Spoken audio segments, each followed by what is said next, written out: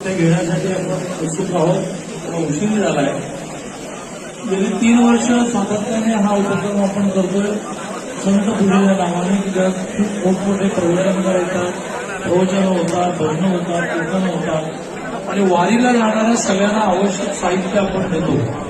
याही वेळेला आपण जवळजवळ 50 दिंड्यांना टेंट देतो आहोत, काही दिंड्यांना टाळ देतो आहोत, कपाल देतो आहोत, काही दिंड्याला सतरंजा देतो आहोत. सगळ्यात महत्वाचं म्हणजे एक ज्याला आपण प्रवासात जाण्याचा जो बिछाना असतो की जो फोल्ड केल्यानंतर पिशवी होतो असा एक बिछाना. कारण जरी मुक्कामाच्या ठिकाणी कुठले गावकरी व्यवस्था करत असेल तर ते सतरंजी घालून येणार, ताडपत्री घालून येणार.